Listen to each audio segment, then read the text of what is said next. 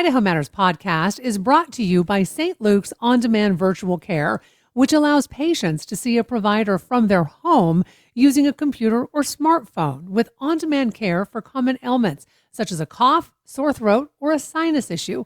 More information at stlukesonline.org. Hey, podcast listeners, want to stay informed without the daily email overload? Sign up for our free weekly newsletter.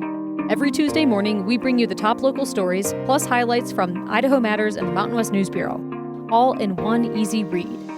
Stay in the know without the clutter. Subscribe now at boisestatepublicradio.org. More Idaho Matters now from the studios of Boise State Public Radio News. I'm Gemma Gaudet. The Treasure Valley Children's Theater is giving students a new and fun way to learn about Idaho history in their upcoming production of Where in the Capital is Ida? The interactive experience gives kids a chance to solve clues and ask questions about our state and how government works, and it's funded in part by Boise's Arts and History Grant Program. So joining us now to talk more about the production are Allison Terenzio Moody, the theater's executive director and producer, and Noah Moody, director and associate educator. I want to welcome both of you to the program. Thanks for having us. Hi, Gemma. Thank you for having us. Allison, let me start the conversation with you. What inspired you to create Where in the Capital is Ida and bring Idaho history to life for fourth graders? Well, after having several years of conversations with schools and with teachers, it kind of became clear that they wanted an experience that really fit in with the curriculum.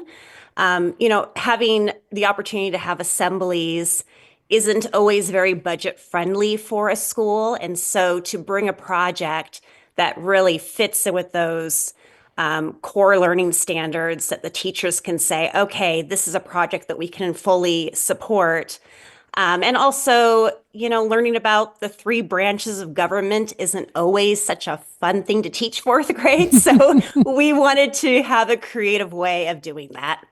And Noah, talk to us about how former First Lady Lori Otter had something to do with this, because she has a book called Ida Explores the Capitol. And this, because you're the playwright and the director, and you did an adaptation of the story, correct? Correct, yes. So Allison approached me to do an adaptation of this book. And in the process of trying to figure out how to make it a performance piece. Something that I've wanted to do for a really long time was something more along the lines of something that I loved when I was growing up, which was Where in the World is Carmen Sandiego? And I approached Lori with that idea, and she was incredibly gracious in letting me take kind of free reign in this. So she let me add a couple of characters. One of the characters that I added is the one actor that we have in the classroom interacting with the students, and then the students and the actor interact with a pre-recorded segment. So our actors who played Ida is in the Capitol with another character who is, every great story needs a villain, so we have a fun jewel thief who's like competing with Ida, and Lori was incredibly gracious with letting me have creative freedom in this. And Allison, I mean, you had to make this fun, right, and interactive, because you're dealing with fourth graders. Both of my children in fourth grade learned all about Idaho history. I still have the county song emblazoned into my head. But with that said, I mean, how do you hope that you can impact students' understanding of Idaho history and the U.S. government?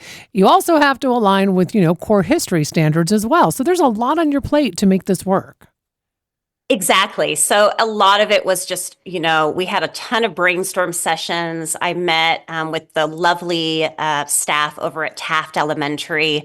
And, we really dug into what is it that you want your students to learn?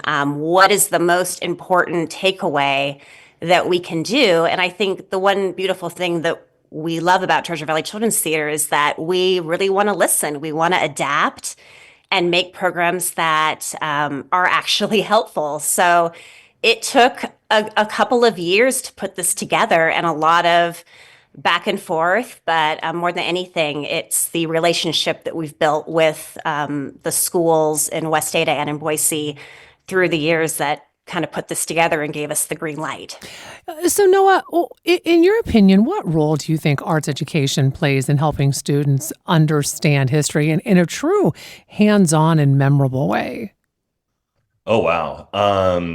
Well, I think for me personally, when I was in school, I wasn't a particularly great student, but when it came to things like on the more artistic side and theatrical side, it made me want to interact with what we were learning about. So, theater has always been a huge part of my education, and not just in understanding theater, but understanding other things, other subjects, other things in life. Really, just it kind of gave me that courage to want to get up on my feet and be a part of it.